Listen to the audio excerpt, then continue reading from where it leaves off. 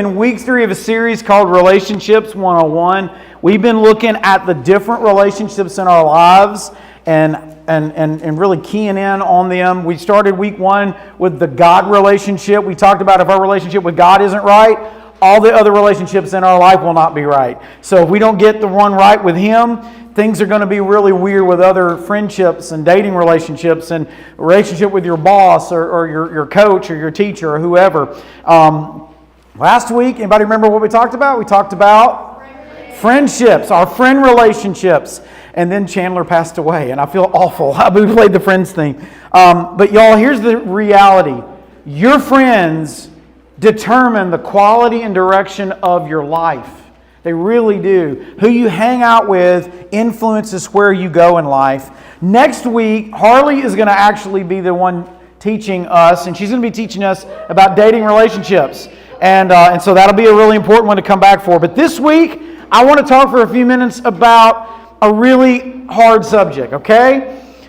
It's about enemies. And there was a reporter one time that interviewed an old man. He was 100 years old. And the reporter asked the 100-year-old man, "Hey, what are you the most proud of in your entire life?"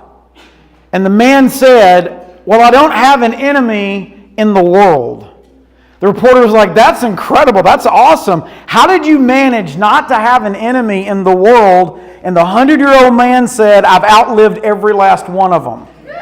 Yeah. The point of that story is just about everybody's got an enemy. You may not call them an enemy. You may just say you just don't like them, or they're bullying you, or they're whatever. I'd rather not be with him or her. But we've all got enemies. And you know what? And this is sad. Some people might consider you an enemy. I know, it's a shock. Because everybody should like you, right? So why do we have enemies? There's 2 big reasons why we got enemies. We're going to look at 2, so hang with me. The first reason that you and I have enemies is because we do some dumb things. We did some wrong things. We weren't thinking. Maybe we meant to be ugly. Maybe we did it accidentally. But we did some things, we crossed some lines, and some people got upset and frustrated. And we've earned it a little bit. And guys, we've all made mistakes. I mean, there's not a person within the sound of my voice that has not made a mistake, and me included, okay? We don't always do the right thing, even though we may be trying to do the right thing.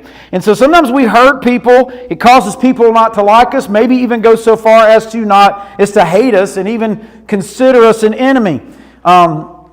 And so you need to listen to me. If you've got enemies in your life, and it's because you did something, whether it was intentional or unintentional, you don't need to say, "Well, that's their problem." If you did something wrong, if you crossed the line, if you missed the mark with them, you need to go to them and apologize. And if you can make restitution, if you can make up for it, try to make up for it.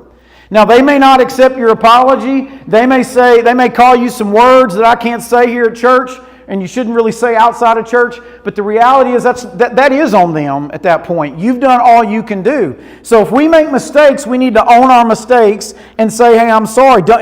If you ignore it, it's only going to fester. I want to show you something Jesus said, and it's a super convicting statement in Matthew 5.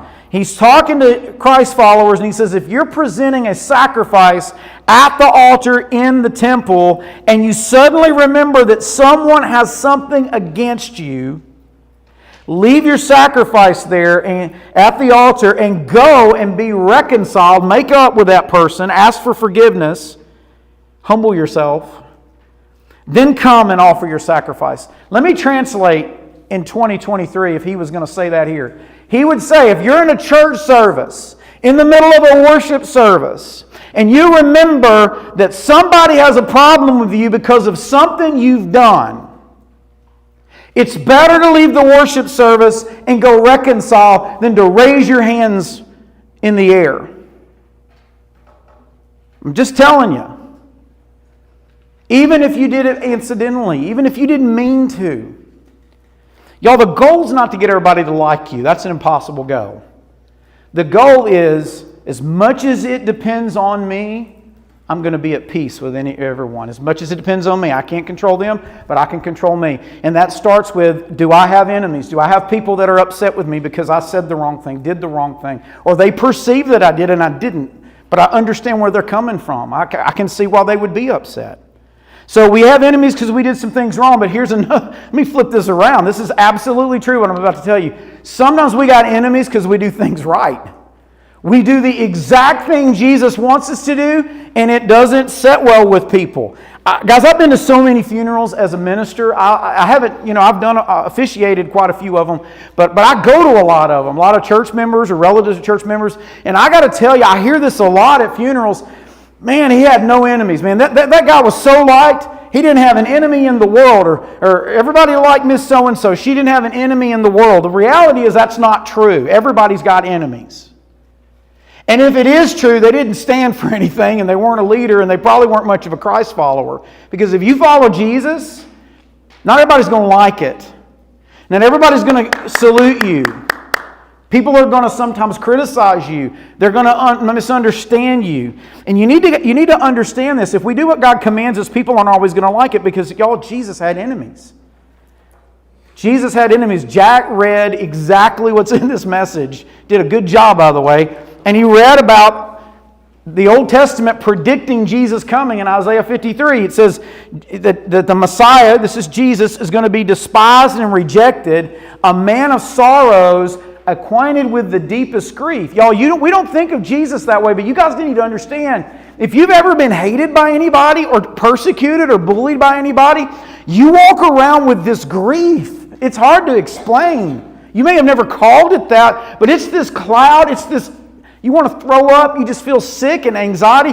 Jesus walked around the earth doing all the miracles that He did, knowing everybody's going to kill Him for it. And He's going to have to lay His life down. That the end of the road for me is going to be the cross, and then there's the grave. That's awesome. But I've got to go through the cross to get to the grave and raise from the dead. I've got to go through suffering, and Jesus had enemies. And it says this, He didn't say they, He said who? Say it with me. We turned our backs on Him. We looked the other way. He was despised and we did not care. Despised means hated. That's what enemies do. They hate, right? So here's the point, and I want you to get this. If you follow Jesus, you will also have enemies. They're His enemies. If you act and react like Christ, people are not necessarily going to like you for it. In fact, they may even hate you for it. That's why the Apostle John, one of Jesus' 12 disciples, wrote this in 1 John, writing to Christians. This is 1 John 3:13. He says, hey guys, don't be surprised if the world hates you. John's a cheery guy, isn't he? I mean, hey everybody, don't be shocked if people hate you for following Jesus. And there's this thought in the Bible Belt, if you follow Jesus, everybody will get you and love you, and God will protect you from all harm. I'm here to tell you, if He didn't protect His Son from all harm, He'll let you go through it too. Do you know how you become more like Jesus? By going through what Jesus went through. By being misunderstood, by being uninvited, by being despised and rejected, by being an outcast, marginalized. Jesus even talks about this. You said, where does it say in the Bible that people hated Jesus? It alludes to it in Isaiah. Jesus Himself said it in John 15. Again, the Apostle John writing his gospel, the story of Jesus' life, death, burial, and resurrection.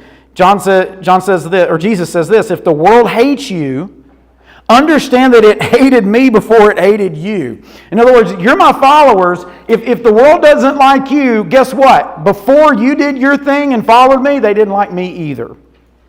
One of the ways you know you're following Jesus is not everybody's going to like it. Now, if everybody doesn't like it because you're arrogant and stupid and mean and whatever, well, come on, you got to own that, okay? But if you really are sincere and trying to follow the Lord best you know how, you're not trying to hate on anybody, you're trying to speak the truth in love and do exactly what God's wanting you to do and be obedient, not everybody's going to get it. And Jesus says, if you were of the world, then the world would love you as its own. And here's the thing, guys, I want to stop here for a second. This used to be what I wanted. I wanted to follow Jesus, and I wanted everybody to love me. I mean, who doesn't want everybody to like you and love you? Okay? And I still do. I hate it when people are frustrated with me. And sometimes I own it. I've done stupid things. But the reality is sometimes I've done the exact thing God wanted and people didn't like it. And it goes for all of us. But when I want everybody to love me, I'm really saying, translation, I just want the world to love me. I want the world to say I'm great. The reality is if you follow Jesus, the world's not going to like it. Society, culture's not going to like it. And I love this. He says, you're not of the world, Christian. Stop acting like it. I chose you out of it, and the world hates you. Remember the word I spoke to you. A servant is not greater than his master. If they persecuted me, they will also persecute you. If they hated me, they're going to hate you. And so we have enemies because we make mistakes and we earn it a little bit, and we need to apologize for it and try to make up for it if possible. Ask for forgiveness. We also have enemies when we do exactly what Jesus wants us to do and people don't always like it and understand it. And so if I had to pick, I wish I didn't have enemies. If I have to pick, I'd rather have enemies for following Jesus than enemies for just doing what I wanted to do and being stupid. Amen? Okay. So now we've talked about that real fast. What do you do about it? I've already talked about if you're the reason why you have enemies, you need to go to them and apologize, okay? Humble yourself. Do it. Well, they wouldn't do it to me. That's not the point. Maybe that needs to happen tonight. I don't know.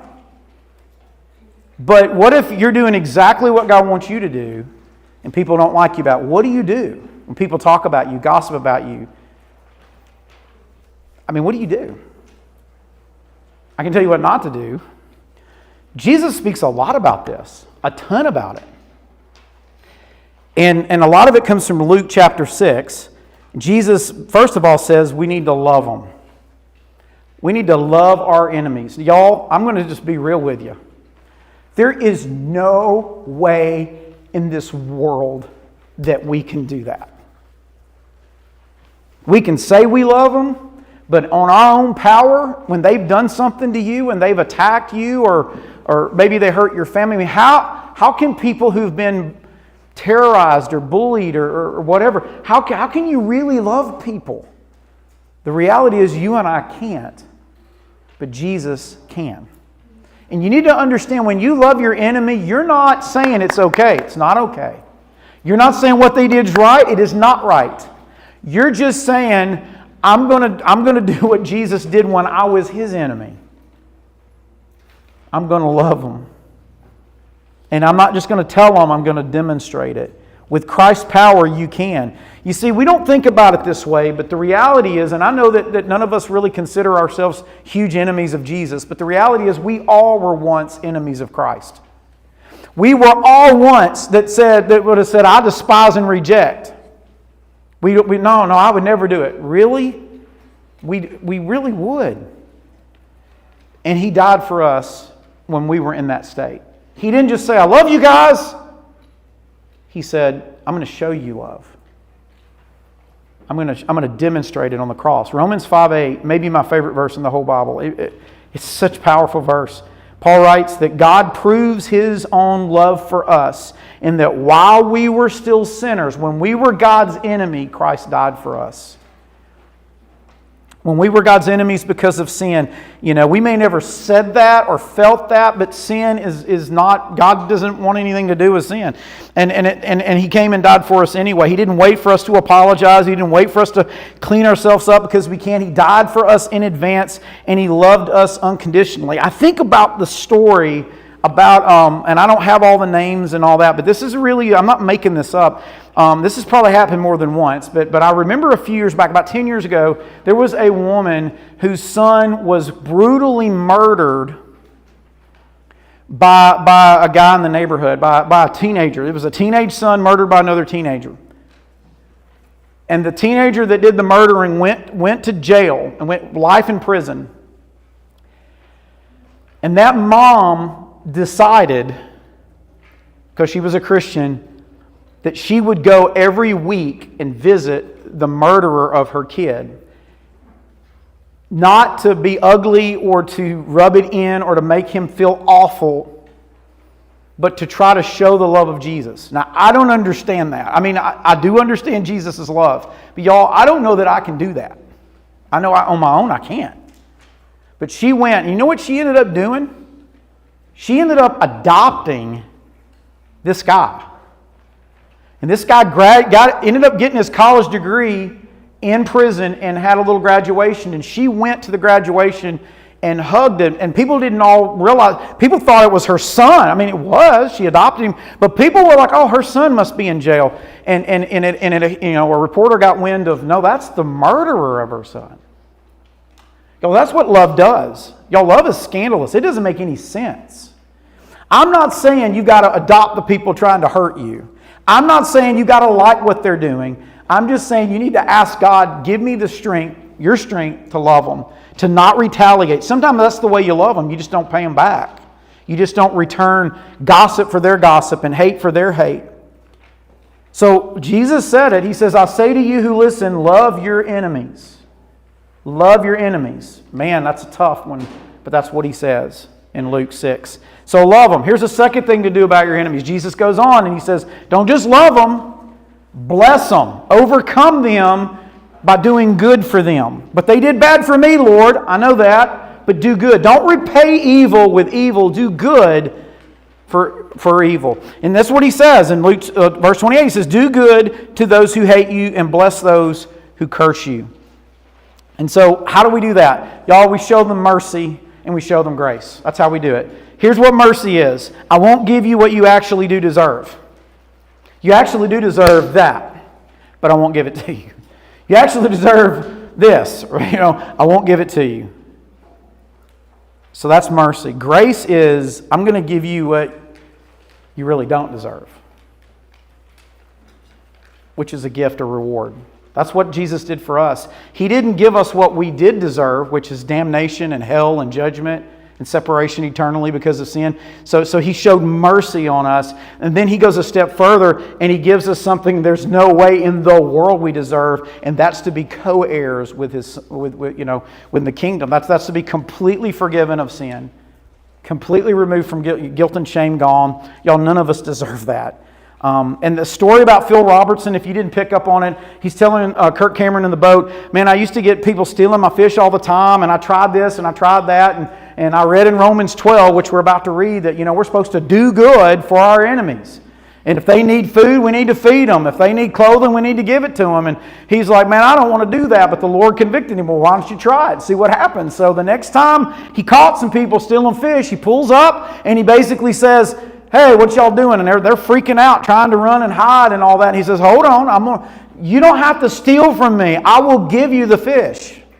Stop stealing. Just ask me for it. And you know what started happening? The whole river changed. People stopped stealing.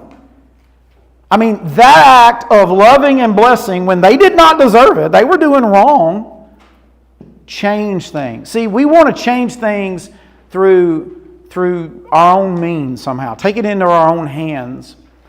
God says, put it in my hands. How do you put it in God's hands? You don't repay evil with evil. You repay evil with good. Man, I don't know if I can do it. Jesus can do it. Y'all, the way to overcome evil is to do good in spite of it. Write it down. This is super big. This is a hard thing to do. Easy to say, hard to do. In Romans 12, as I talked about, it says, if your enemy is hungry, feed him. If he's thirsty, give him something to drink. For in doing so, you're going to heap fiery coals on his head. Do not be conquered by evil, but conquer evil with good. That's what I just said. You overcome evil by doing good, not by more evil. Y'all, and here's another thing. When you bless your enemies, God is going to bless you. You can write it down. I'm not saying He's going to give you money or a car or anything, but I will tell you, He's going to bless you. You're being so much like Jesus when you take the high road and you do good and you don't pay people back. So love them, bless them. Third thing, real quickly, pray for them. Pray for them. Some of you are like, dude, I do that all the time. Lord, rain down fire from heaven. No, that's not the kind of prayer I'm talking about. I'm talking about a sincere God. I'm hurt by them. I don't know why they're doing this to me. Or maybe I do. I don't know. But Lord, would you please bless them? Would you please help them? Jesus says, pray for those who mistreat you.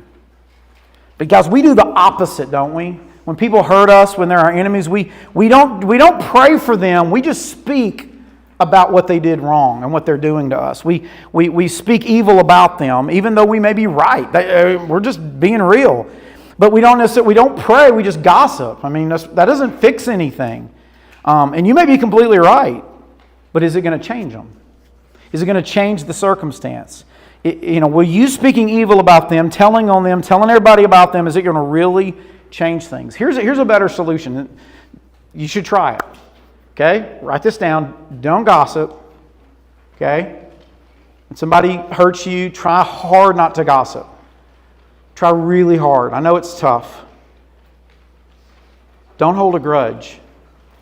That's what we do. See, if you're a control freak like me, your thought process is when they hurt me, I got to figure out a way, because I wasn't in control then, I got to figure out a way to control it. And one of the ways we try to control it is we try to hold it. And here's what the problem is with holding a grudge. It's like hugging up to something radioactive. Pretty soon, it's going to start corroding your soul. You're going to get bitter. Going to be angry. And I got to tell you, even if you're the victim, if you're bitter, the devil's winning in your life. God can't get through a bitter heart very well. It's just like if your battery's corroded on your vehicle, it won't start. You've got to clean the corrosion. If your soul's corroded, God's going to have a harder time getting through, and you're not going to, you're going to feel justified in just being a little bit this and a little bit of that. I'm speaking from experience, by the way. Guys, try not to seek revenge. I know in our culture that's celebrated. If you hit me, I'm going to hit you back harder. And it seems super weak and wimpy, especially us guys, to just, I'm putting this in your hands, Lord. It looks like we can't fight, and it looks like we're not good. Well, y'all, that's not weakness. That's actually meekness. There's a big difference. Meek is not weak. Jesus said, "Blessed are the meek, for they will inherit the kingdom of heaven." I'm going to just say this, and I hope this isn't a bad thing. I'm going to say it anyway. God's way better at revenge than you'll ever be. Just put it in His hands. And here's the thing. You and I are not in a position to judge, because the reality is, even if we were offended, even if we're the victim, even if what they're doing is 1,000,000% wrong, the reality is you and I have done enough towards God that if He used the same judgment on us, we'd never go to heaven. We wouldn't have a chance. Some of the greatest acts of faith are saying, "God, I want to take this so bad, but I'm going to give it to you." You may have to do it every day of your life. I don't know. Some of you have been hurt so bad. I'm not making light of it. It's awful. But y'all, when you gossip and you hold a grudge, you get bitter, and you have that revenge, y'all, that's a spirit that God can't bless. And He wants to bless you, man. Dude, He wants to bless you. Girls, He wants to bless you. I'm just telling you. So instead of that, instead of holding a grudge or gossiping or revenge, instead of that, try this. Try praying about it. Instead of telling everybody and texting everybody, vent to God about it. Have y'all not read the Psalms? What is David constantly doing in the Psalms? God, should I hate those who hate you? Should I get back at those that despise you? He's literally saying that. I'm not saying that's the right attitude to have, but David is definitely going to the right person to say that to. God can handle it. Y'all pray for him. And don't pray, "God, I just wish you would pay them back for me." Just say, "Lord, I want to pay them back. Help me not to." God, open the eyes of their heart. Lord, they don't know what they're doing. What did Jesus do on the cross? "Father, forgive them. They don't know what they're doing." Well, yeah, they do know what they're doing. I don't know. Just, God, take it. One of the greatest ways to love your enemies is to truly pray for them and to pray for wisdom on how to interact and deal with them. Ask God to give you wisdom where you don't keep making this worse. There was a man one time praying one morning on a riverbank. He went down to have his quiet time, read the Bible, and pray. And during his prayer time, he heard something kind of rustling around, and he noticed a scorpion caught in a tree root, hanging by the water, and the river was rising. It had rained recently, and that scorpion was about to drown. And I'm just going to be real with you. I don't want any part of that, okay? I'm just going to tell you right now. I went to a camp once where they were all over the place out west, and you had to check your sleeping bags and stuff like that. Can you imagine putting your feet in a sleeping bag and having that in it? Heck to the no, okay? And you're like, oh, that's just a crawdad. No, it is not. It is not a crawdad. I don't care for those either, but I can deal with a crawdad. That ain't no good, okay? That's like a crawdad and a snake had a baby, or a spider. It's weird. Anyway, you don't want to mess with a scorpion. But this scorpion, this man was praying. He sees this scorpion. It's going to drown. To which Brandon says, so saith the Lord. I mean, let it go. But this man, for some reason, felt compassion for the scorpion. And he decided to try to pick the scorpion up and set it on better ground. And the scorpion, every time the man would try to get it, whether it was with a stick or his hand or something, that tail would just go striking. It's in his nature to strike. Somebody walked by and saw this man trying to rescue a scorpion, which seems really weird to do in the morning. Anyway, but it's what he's doing. And the guy goes, dude, why are you bothering with this scorpion? It is trying to hurt you. It is in its character. It's in its nature to sting you. And this is what the man said. I want you to listen to it. He said, well, that may be well true, but it's in my nature to save. And must I change my nature because the scorpion won't change its nature? Think about it. Anybody connecting the dots here? Because this is what we want to do. We want to change our nature because they won't change theirs. How can we ever hope they would change? And you're like, I don't care if they change. Well, you don't need to change in that way. And the reality is, guys, we tend to change our character because of our enemy's character. We don't need to do that. Y'all, prayer always changes things. Instead of gossiping, holding a grudge, seeking revenge, pray for them.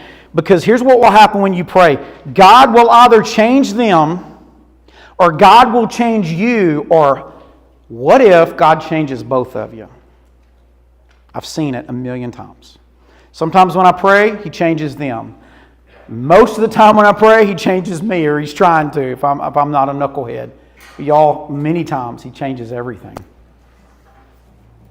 Don't change your character because of your enemy's character. So love them, bless them, pray for them, and here's the hardest one. I think this is the hardest one.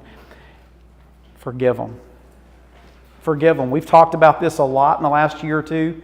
I know we don't need a big repeat, but Jesus in Luke 23 says, Father, forgive them, they don't know what they're doing. Let me remind you of some things about forgiveness. Some of you are new and you've never heard this. Some of you just need to hear it again, okay? Because you're struggling here, okay? Forgiveness is not these things, okay? Forgiveness is not conditional. What does that mean? That means it's not based upon them changing their behavior. It's not based on them swearing they won't do it again. It's not based on them doing anything. It's just you not holding it against them. It's not based on their response. Forgiveness is not minimizing what they did to you. It's not saying what you did is okay. It is not okay. When you forgive, you aren't saying what they did was right. You're saying you're not requiring them to pay you back for what they did wrong. You're not saying, hey, it's okay that you said that about me or did that to my family or whatever, fill in the blank. You're not saying that's okay. You're just saying, I'm not going to make you pay me back. I'm not going to hold this over you. I'm going to let you and God deal with it. Forgiveness is not necessarily restoring a relationship. Sometimes we get this confused. We think, well, if I forgive them, I got to be their bestie. No, you don't. No, you don't. There's a difference between forgiveness and building trust, okay? Trust takes time. When people hurt you, it's going to take a while to build back trust. It's just the way it works. So you can forgive way before they build back trust. They may never get your trust back, but you can forgive them. It'll restore the relationship. Forgiveness can be in an instant. Trust takes time. Here's another last thing that forgiveness is not. Forgiveness is not forgetting what happened. And you're like, aren't you supposed to forgive and forget? Y'all, here's the thing. This is important. The key is not forgetting. The key is learning to see everything through the lens of grace that God's given you. To see it the way God sees it. And all that kind of stuff. Because, guys, He can turn even bad things into good things in your life if you'll trust Him. He can take what other people have done to you and use it to make you so much more like Jesus and get you to see a side of God you never would have seen before. I mean, I'm just telling you. And here's the thing. I want you to get this, students. Everybody with me? Say amen.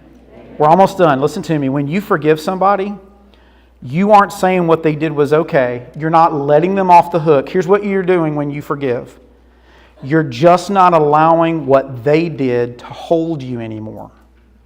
When you forgive, you're not letting what they did define you anymore. I'm telling you, that's what the devil wants. You to be defined by your scars. Jesus wants to free you through His scars. Okay? So a few years ago, I've shared this recently. This is such an amazing story. We're going to close with this. A few years ago, there was a police officer named Amber Geiger who had heard, they had gotten a call about an apartment complex, I think. It was a building. And they had gotten a call about somebody, I don't know, an assailant, somebody doing something bad. And they went and they busted down the door of a guy named Botham, I think I'm saying his name right, Botham Jean, I think is his name. And I think he may have been at Hendricks once upon a time. Like, he has a connection with Arkansas. But this wasn't in Arkansas. Maybe in St. Louis. I don't know. But anyway, she and her partner bust in, and there he's standing there. And she thought he was going to do something, and she shot him and killed him. Here's the deal. This guy wasn't doing anything wrong. He was not the perpetrator. She jumped the gun, and she shot him. And so she went to trial. And I believe got convicted, if I'm not mistaken. I don't know all the details, so please don't hold me to it. But here's what I want to talk about. This is crazy. This dude died. While the trial was going on, they brought the brother of Botham, I think his name is Brant, on the stand to let him speak. He asked, I want to speak, I want to say something. He really didn't even know the cameras were rolling anymore. He thought that they had been removed from the courtroom. And when he started speaking, something crazy happened. Watch this. And if you're triggered by Dr. Phil, I am sorry, okay? This is a Dr. Phil episode. But he's talking to the family. It'll be okay. How's it working for you? Here we go. Correct? Yes. During that, you asked if you could hug her. I don't know if this is possible, but can I give her a hug, please? I thought it was a very Christian thing to do. Would both of them have endorsed that? Both of them would have endorsed that. Did you think about that at the time? Because you were thinking, this was not for the cameras. This wasn't for anybody.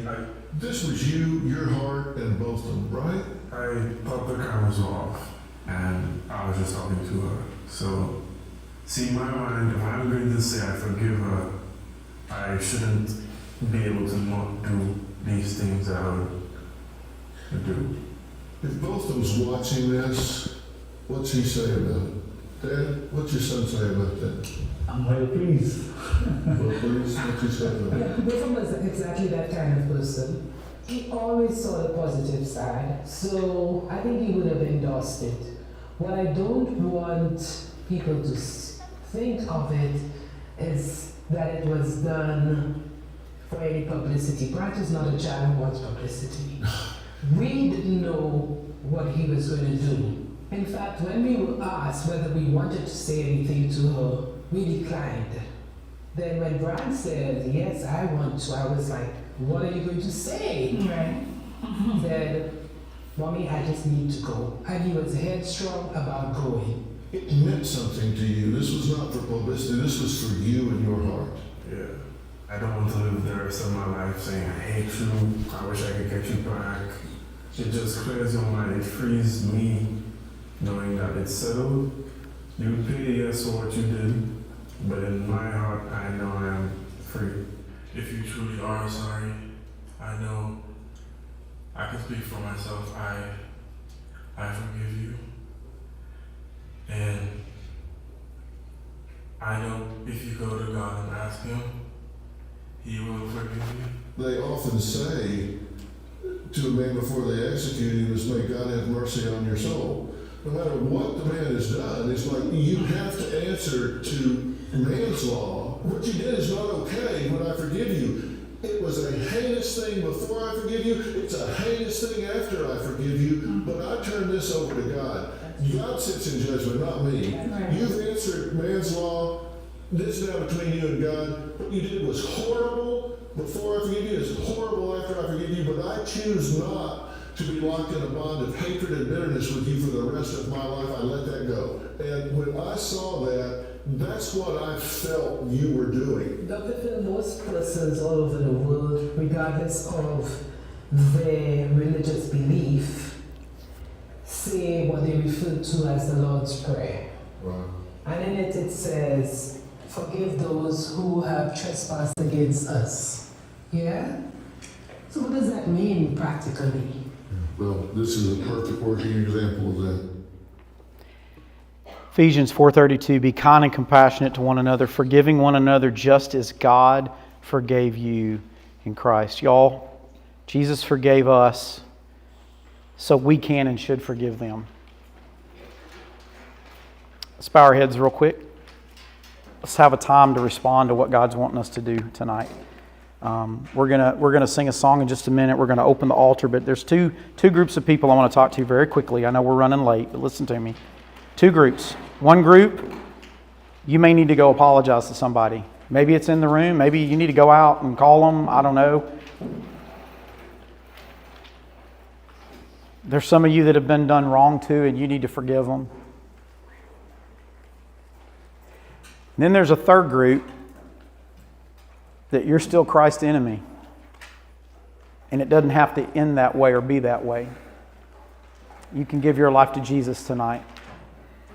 Father, I just pray for the next few minutes as we sing this song about how your grace, Lord, you just poured it out on us, Lord, that we would be sensitive to your Spirit, that we would do what you're telling us to do, even if it's hard, even if we don't know quite what to say or how to say it. Lord, may there be a spirit of freedom in this place. Lord, would you bring restoration to relationships? Would you bring healing where there's brokenness? Would you do your thing? We pray it in Jesus' name. Everybody stand. Adults, you can move wherever.